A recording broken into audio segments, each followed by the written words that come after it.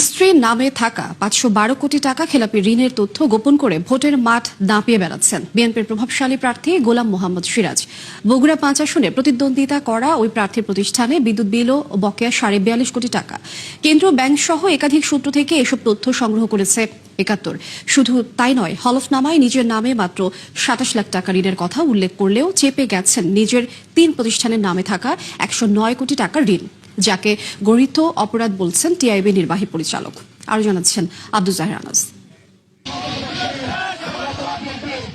ভোটের মাঠে শেষ সময়ের গণসংযোগে ব্যস্ত বগুড়া 5 আসনের প্রার্থী গোলাম মোহাম্মদ সিরাজ। একাধিকবার সংসদে প্রতিনিধিত্ব করার অভিজ্ঞতা নিয়ে এবারও কাজ করতে চান এলাকার উন্নয়নে। এজন্য দিচ্ছেন একের পর এক প্রতিশ্রুতি। তবে আশ্চর্যের বিষয় হলো, হলফনামায় তিনি গোপন করেছেন ঋণ সংক্রান্ত তথ্য, যার বেশ কয়েকটি আইনের চোখে অপরাধ। হলফনামায় ঋণ সংক্রান্ত তথ্যের ঘরে তিনি উল্লেখ করেছেন নিজের ২৭ লাখ এবং স্ত্রীর নামে ৪ লাখ টাকার কথা। এড়িয়ে গেছেন অন্য সব তথ্য। কিন্তু কেন্দ্রীয় ব্যাংকের পর্যালোচনা বলছে, গোলাম মোহাম্মদ সিরাজ বিভিন্ন ব্যাংকে খেলাপি হওয়ায় উচ্চ আদালত থেকে নিয়েছেন স্থগিতাদেশ।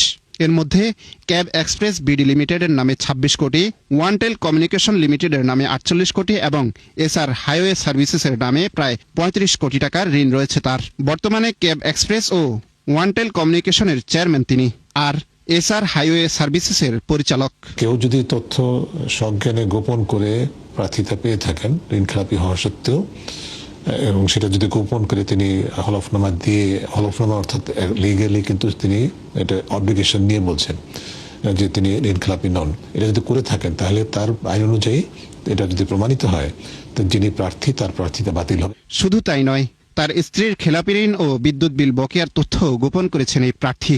কেন্দ্রীয় ব্যাংকের তথ্য বলছে, গোলাম মোহাম্মদ সিরাজের স্ত্রী শাহনাজ সিরাজ এসআর কেমিক্যাল ইন্ডাস্ট্রিজের ব্যবস্থাপনা পরিচালক। প্রতিষ্ঠানটির বিভিন্ন ব্যাংকে খেলাপি ঋণ রয়েছে ৫১২ কোটি টাকা। শুধু তাই নয়, একই প্রতিষ্ঠানের বিদ্যুৎ বিল বকেয়া রয়েছে ৪১ কোটি ৪২ লাখ টাকা।